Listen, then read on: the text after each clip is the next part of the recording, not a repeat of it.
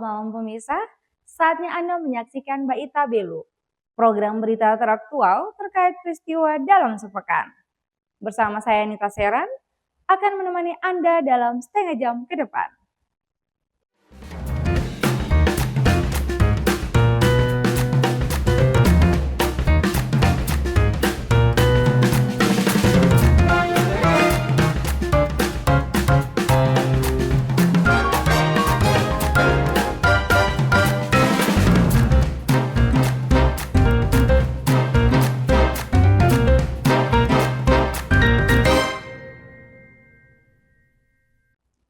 Badan Meteorologi, Klimatologi, dan Geofisika kelas 2 Eltari Kupang ungkap Provinsi Nusa Tenggara Timur masih berpotensi hujan sedang hingga lebat dalam sepekan ke depan.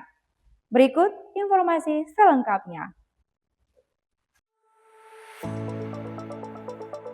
Meskipun sebagian besar wilayah Indonesia sudah memasuki musim kemarau, Badan Meteorologi, Klimatologi, dan Geofisika BMKG kelas 2 Eltari Kupang memperingatkan bahwa Provinsi Nusa Tenggara Timur masih berpotensi mengalami hujan sedang hingga lebat dalam sepekan ke depan.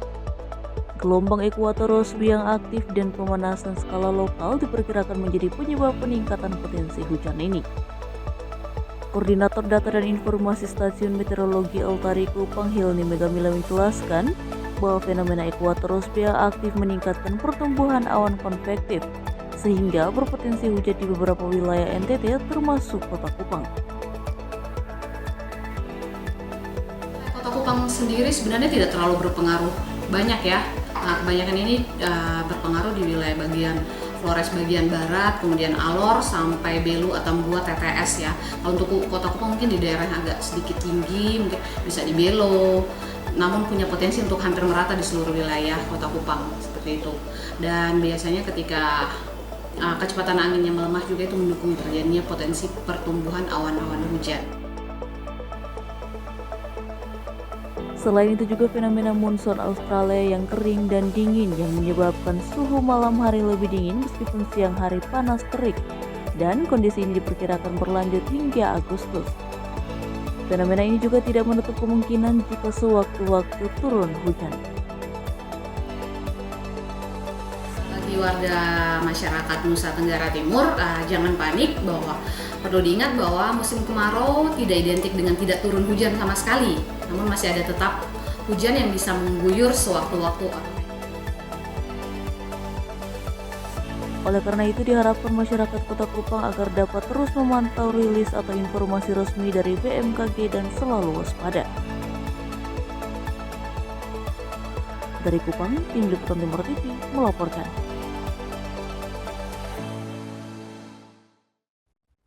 Memperingati Hari Anak Nasional ke-40, pejabat Wali Kota Kupang, Faharesi Funai, mengukuhkan alat kelengkapan Forum Anak Kota Kupang untuk membantu menyuarakan hak-hak anak. Penjabat Wali Kota Kupang Faharesi Priyasli Funai mengukuhkan alat kelengkapan Forum Anak Kota Kupang pada Selasa 30 Juli 2024 di kantor Wali Kota Kupang. Dalam acara tersebut, Faharesi mengajak anak-anak yang tergabung dalam Forum Anak untuk berani menyuarakan hak-hak mereka. Ia juga menekankan pentingnya perlindungan terhadap anak dari segala bentuk kekerasan dan diskriminasi, serta meminta Ketua Forum Anak untuk berkoordinasi dengan pemerintah dan dinas terkait agar semua program dapat terakomodasi dengan baik. Peristiwa ini merupakan momentum penting untuk meningkatkan kepedulian dan partisipasi kita dalam menjamin pemenuhan hak anak atas hidup, tumbuh kembang, berpartisipasi secara wajar sesuai dengan harkat dan martabat manusia, serta mendapatkan perlindungan dan kekerasan dan diskriminasi. Ketua Forum Anak Kota Kupang periode 2024-2026 Anandita Betraf menegaskan bahwa Forum Anak Kota Kupang adalah organisasi dinamis dengan alat kelengkapan yang mencakup tim kode etik, fasilitator, dan pengurus yang dipilih secara periodik setiap 2 tahun. Anandita juga mengajak semua anak di Kota Kupang untuk berani terlibat dalam berbagai kegiatan pengembangan anak tanpa merasa minder. Ia juga menekankan bahwa semua anak memiliki hak yang sama untuk berpartisipasi dalam forum.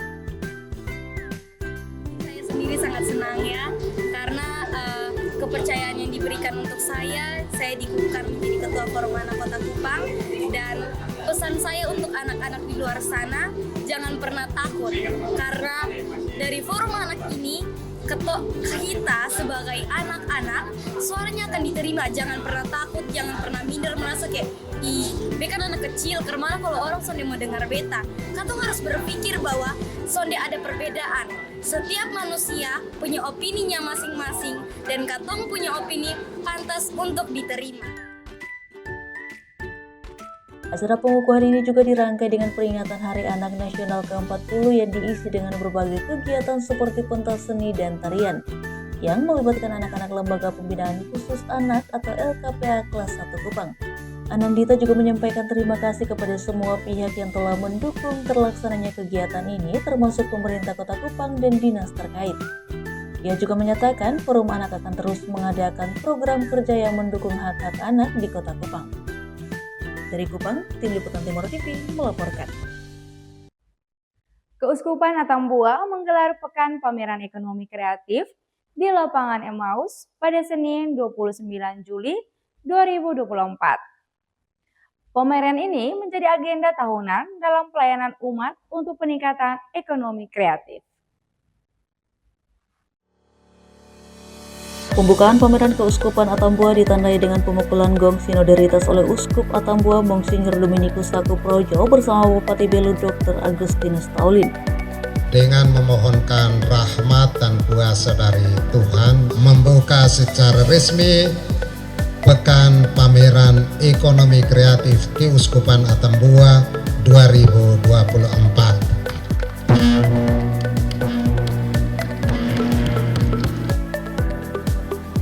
Dalam sambutannya, Uskup Dominikus Saku menjelaskan kegiatan Pekan Pameran Ekonomi Kreatif ini bertujuan untuk membangkitkan semangat umat agar terus berkarya demi meningkatkan usaha dalam perekonomian kreatif.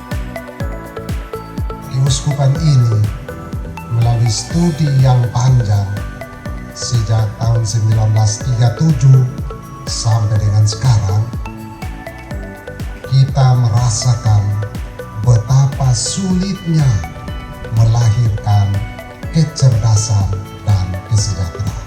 Ini menantang keuskupan ini untuk berpikir bagaimana melakukan inovasi. Di bawah kepemimpinan Bapak Uskup, kami lihat bahwa sinergi antara pemerintah dan gereja sangat baik di sini. Dan dalam berbagai macam diskusi, kami sangat berterima kasih kepada Bapak Uskup dan jajaran yang dalam program kegiatannya sangat baik. Panitia menyiapkan 51 stand yang terisi dari 28 paroki dan ditambah dengan sekolah-sekolah yang ada di wilayah Kabupaten Belu.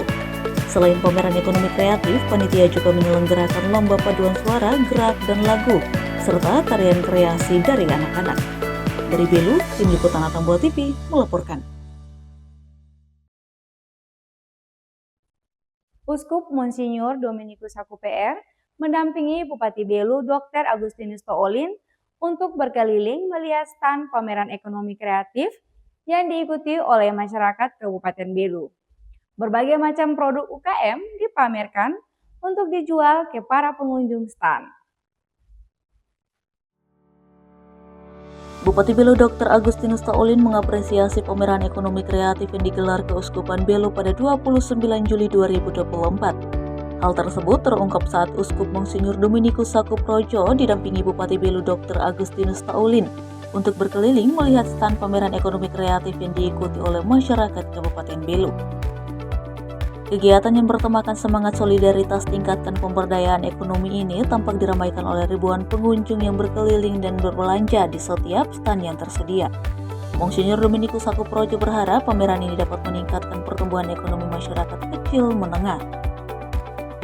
Apa yang ada pada umat kita, pada masyarakat kita kembangkan untuk menjadi bahan yang lebih dengan nilai tambah yang lebih besar. Karena untuk menghasil dari alam, orang harus mengambil secara perlahan-lahan. Ibu-ibu yang menenun kayu, benangnya itu kecil-kecil, dia harus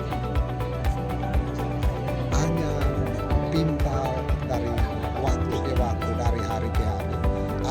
sehingga setelah 1 bulan dia menghasilkan selembar kayu. Pemerintah Belu yakin peran usaha mikro kecil dan menengah juga memiliki tujuan untuk menciptakan banyak lapangan kerja, adanya pemerataan dalam hal penghasilan, peningkatan pertumbuhan ekonomi, serta mengatasi rakyat dari kemiskinan. Dari Belu, Tim Liputan Atambua TV melaporkan. Pemirsa, usai jeda akan ada informasi KPU Belu gelar rapat kerja teknis penyelesaian sengketa. Tetap bersama kami.